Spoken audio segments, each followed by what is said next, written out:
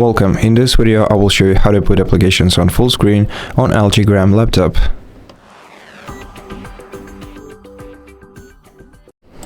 In order to put an application on a full screen, you can either double tap the top bar of the application and then double tap it again to maximize it. You can click the square icon in the top right corner of it and then click it again to maximize it, or you can grab the top bar of the app and to drag it to the top of the screen.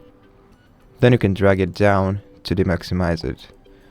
Also, you can press F11 button for this kind of full screen mode. And for some applications like games, you can use the combination of Alt and Enter button pressed together. And that's it. Thank you for watching this video. If you liked it, please consider subscribing to our channel, leave us a like in the comment below, and I'll see you in the next one.